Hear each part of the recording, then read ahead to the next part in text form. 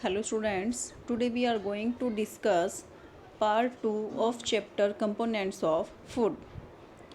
First part में बेटा हमने डिस्कस किया था how can we test the presence of starch protein and fat. We have also discussed about their sources and their functions. Starch, carbohydrates and fats, they are energy giving components. Protein is also known as body building component. Protein जो है हमारी body की growth के लिए, repair के लिए ज़रूरी है. Now we discuss about vitamins. Vitamin जो है हमारी बॉडी को प्रोटेक्ट करते हैं, डिजीज से बचाते हैं. Vitamin A, it is necessary for our healthy skin and eyes. Vitamin A is obtained from mango, carrot, papaya, fish oil, milk. दूध, आम, गाजर, इन सभी से हमें विटामिन ए मिलता है. ये हमारी आइज़ और स्किन को हेल्दी रखता है. Now some sources of vitamin B. Vitamin B हमें गेहूँ, चावल, लीवर, इन सभी से मिलता है और ये भी हमें बेरी बेरी डिजीज से बचाता है. नाउ विटामिन सी, ये हमें सिट्रस फ्रूट्स, खट्टे फलों से मिलता है. ऑरेंज, टोमेटो, अमरूद, हरी मिर्च, आंवला, इन सभी से मिलता है. और विटामिन सी जो है हमारी बॉडी को डिजीज से बचाती है, इम्यूनिटी हमें प्रोवाइड करती है, रोगों से लड़ने की क्षमता हमें प्रदान करता है. नाउ विटामिन डी, ये हमें liver, egg, fish, butter, milk, इन सभी से मिलता है. और विटामिन डी जो है हमारी बॉडी को कैल्शियम का यूज़ करने में हेल्प करता है और हमारी बोन्स और टीथ को हेल्दी रखता है. It means vitamins help us in protecting our body. हमारी बॉडी को प्रोटेक्ट करते हैं, बीमारियों से बचाते हैं, हमारी आइज़, बोन, टीथ, गम्स, इन्हें हेल्दी रखते हैं. डिफरेंट काइंड्स के विटामिन्स हैं. Vitamin A, vitamin C, vitamin D, vitamin E, vitamin K. और जो है एक ग्रुप भी है बहुत सारे विटामिन्स का जिसे हम कहते हैं विटामिन बी कॉम्प्लेक्स. और विटामिन्स की ज़रूरत हमारी बॉडी को थोड़ी मात्रा में होती है. और सोर्सेज मैंने आपको बताए हैं कि किन किन सोर्सेज से हम इन्हें ले सकते हैं. नाउ मिनरल्स भी हमारी बॉडी को चाहिए थोड़े अमाउंट में हमारी बॉडी की ग्रोथ के लिए.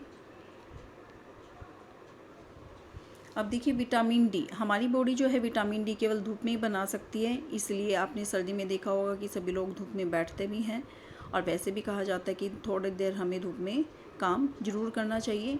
इससे हमारी बॉडी जो है विटामिन डी प्रिपेयर कर सकती है. और हमारी बॉडी प्रिपेयर कर लेगी विटामिन डी तो जो हमने भी कुछ खाया है, कैल्शियम का सोर्स है, वो कैल्शियम हमारी बॉडी यूज़ कर पाएगी. ये देखिए, exposure to sunlight to make vitamin D help us to use calcium for bones and teeth. Now sources of minerals. Iodine हमें ये फिश, जिंजर, इन सभी से मिल जाता है. मिनरल्स जो है हमारी बॉडी की ग्रोथ के लिए और अच्छी हेल्थ के लिए ज़रूरी हैं. डिफरेंट मिनरल्स हैं, सभी हमें स्मॉल अमाउंट में चाहिए. फास्फोरस हमें केले, दूध वगैरह से मिल जाता है. आयरन हमें हरी पत्तेदार सब्जियों से.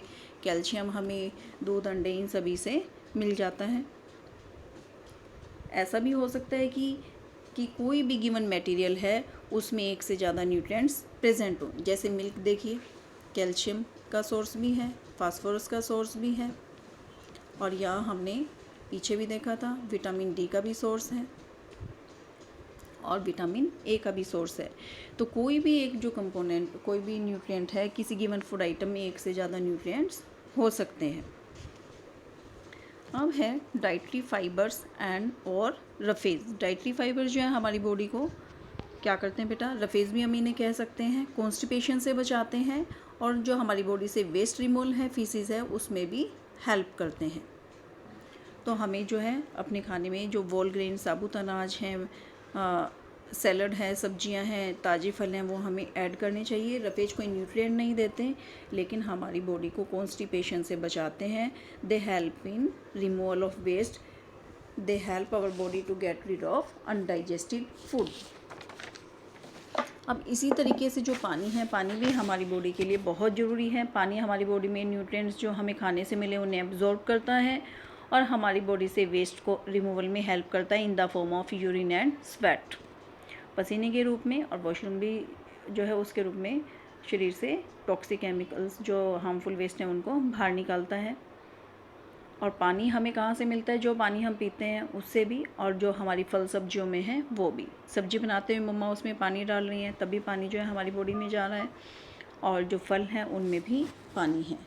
इसके लिए हम एक एक्टिविटी कर सकते हैं। मान लिया हमने जो है कोई भी फ्रूट जो है हमने कट किया या नींबू हमने काटा है तो हमारे हाथ गीले हो गए, इसका मतलब क्या है? उसमें क्या है? पानी है। Now we will discuss about the balance diet. ये देखिए, इसमें आपको बूजो दिखाया गया है।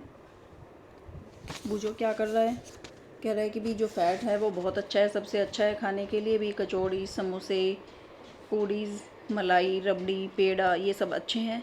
कह रहा है कि भी बस यही चीज़ें खाता है, फ्राइड आइटम्स जिसमें कि फ़ैट है, तो क्या ये सब अच्छा है? नहीं, ये जो है हार्मफुल है। और केवल फैट रिच फूड, चिकनी चीज़ें ही ज़्यादा खाना, इससे क्या होगा? ओबेसिटी, और इसका मतलब क्या है? बॉडी में एक्सेस फैट जो है डिपॉजिट हो गया है। इसके लिए हमें क्या करना चाहिए? We should take balance diet. Balance diet हमें किससे मिलेगी? ऐसी डाइट जिसमें सभी न्यूट्रिएंट्स एडिकेट अमाउंट में प्रेजेंट हो। फल, सब्जियां, दाल, चावल, दही, चपाती। अब साउथ इंडियन फूड में आप देखते हैं फर्मेंटेड आइटम्स हैं, इडली है, डोसा है, सांभर वड़ा है, पल्सीज, दालें, मूंगफली, इन सभी में क्या है? प्रोटीन है। चपाती, इसमें कार्बोहाइड्रेट्स हो गए। फ्रूट्स हम खाते हैं उसमें क्या हो गया बेटा? मिनरल्स हो गए, विटामिन्स हो गए। तो हमें अपनी जो है बैलेंस डाइट लेनी चाहिए।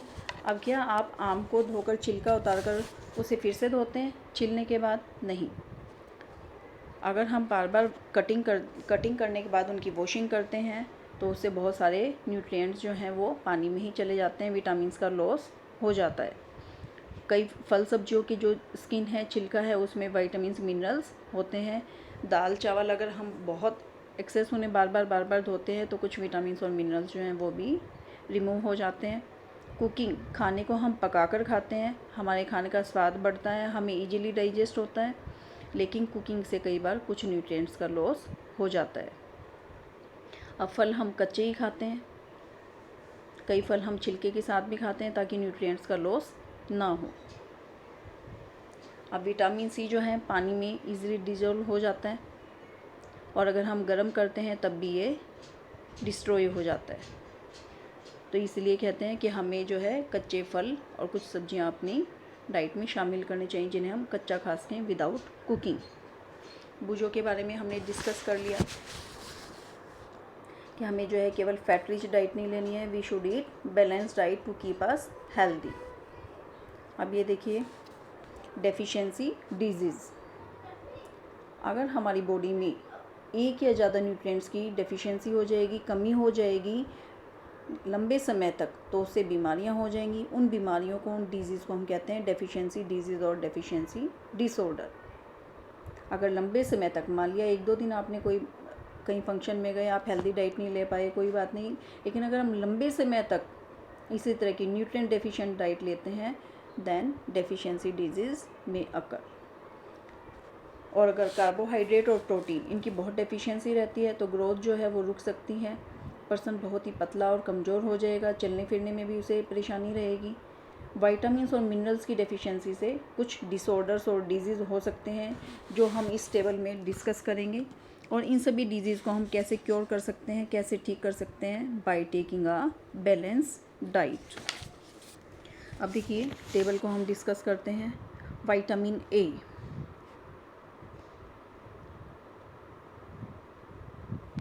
विटामिन ए की डेफिशिएंसी से क्या होगा? लॉस ऑफ विजन, देखने में हमें समस्या रहेगी, विज़न कमज़ोर हो जाएगा, अंधेरे में नहीं दिखाई देता और कई बार टोटली दिखना बंद हो जाता है। Now vitamin B1, vitamin B1 की कमी से बेरी हो जाता है, मसल्स, मांसपेशियाँ बहुत कमज़ोर हो जाती हैं और काम करने की एनर्जी जो है वो बहुत कम हो जाती है। नाउ विटामिन सी की कमी से स्कर्वी हो जाता है, इससे हमारे जो मसूड़े हैं उनमें खून आना शुरू हो जाता है, और जो घाव अगर कोई हो जाता है तो उसको भी भरने में काफ़ी समय लगता है।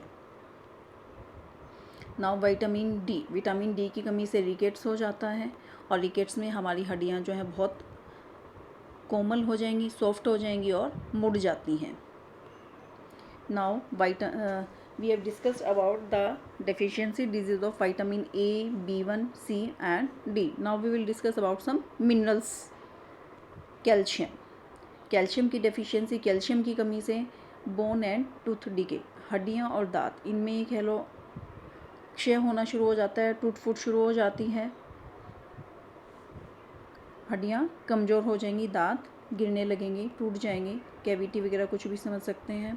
नाउ आयोडीन की कमी से गोइटर हो जाता है, गला जो है स्वोलन फूला फूला दिखता है, क्योंकि जो थायराइड ग्लैंड है वो फूल जाती है, और मानसिक अक्षमता भी हो जाती है बच्चों में। नाउ आयरन की कमी से अनीमिया हो जाता है। कहते हैं कि भी बच्चे का चेहरा पीला लग रहा है, ऐसा लग रहा है कि खून की कमी है, तो वही अनीमिया है बेटा, और इससे काफ़ी कमज़ोरी हो जाती है। तो हम सभी ने बैलेंस डाइट लेनी है, जंक फूड को अवॉइड करना है, फ्राइड आइटम्स को भी अवॉइड करना है। बैलेंस डाइट लेकर हम इन डेफिशिएंसी डिजीज़ से बच सकते हैं। So take healthy diet and be healthy. Okay students.